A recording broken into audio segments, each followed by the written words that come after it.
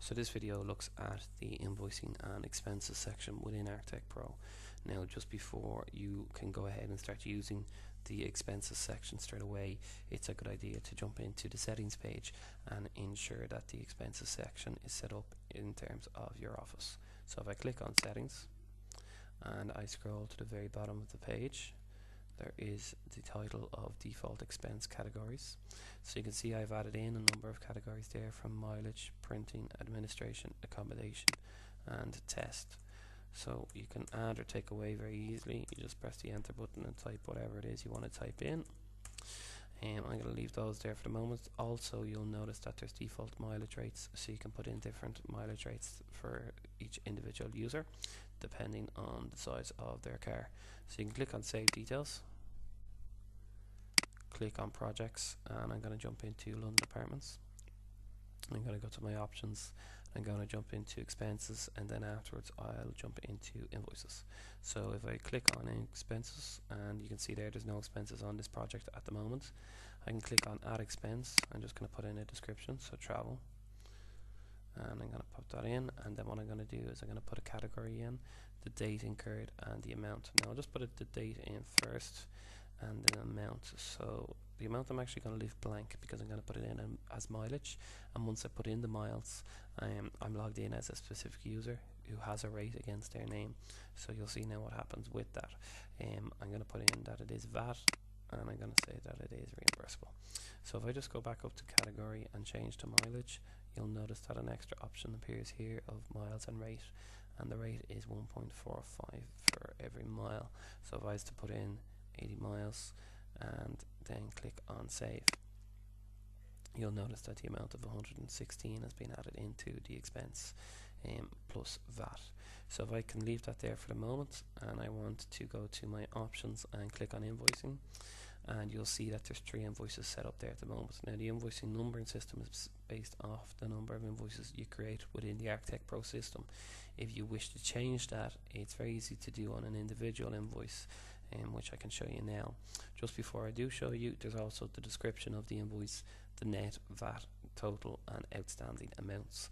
For example, if you wanted to add in a payment against any of these, if I took the number 5 invoice of building, there's a net amount of 12,110, VAT of 2530, total amount then of 12,135.30, and outstanding amount of the exact same. So if I click on more, click on add payment, I can put in a payment reference. So if I wanted to put in a payment reference and click on the amount that's been paid to me in this moment, if I take 7,000.30, click on save, there's a new figure outstanding of 513500. I can print that individual invoice off and send it on to whoever I need to send it on to.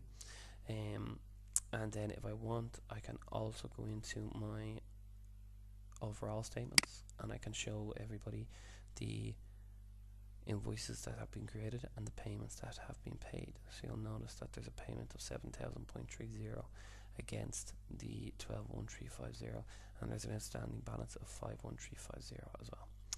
If I then come back into my project invoices and create a new invoice, you'll notice that all the information from the project then is pre-filled on the left hand side for the invoice to the address and then the date. You can also put to the attention of somebody else, or you can change the sequence number yourself. So I'm going to put in 001. Then if I want to pick the workstage, I can click on the workstage then, as opposed to typing in what it is that I am going to be invoicing. If I just pop in strategic definition and I pop in that it's a fee of 1,000. You'll notice then that you have a couple of other lines to add in if you so wish, and underneath those lines there's expenses to include, and then you click all the expense boxes that appear. So the only one that is appearing for ourselves now is the travel expenses of 116 plus 20% VAT. So if I click on that, you'll see the net, VAT and total figures update, and then if I save that invoice, it creates the invoice within this section, and then I can then print that invoice off. So if you look at the invoice in terms of this template, now if you have your own template that you want to use, you can send that over to ourselves very easily. We'll pop it in for you. But you can see what the invoice is set out in terms of the amounts and the description for which project. Now, in terms of the overall system, then you can then go to reporting and check out the invoicing in terms of reports. So if I go to invoices and age debtors, up at the very top there's a number of different options. There's fee invoicing by stage, which lets you see exactly which stage has created the most invoicing and fees. And there's unearned fees, which is also what you're looking at here. So in terms of the overall project fee, what's been invoiced and what's the amount that has been unearned against that. And then there's the age debtors. Now the age debtors will show you all the invoices credited against singular projects, the invoice total, what's been paid and what's outstanding and when it's due.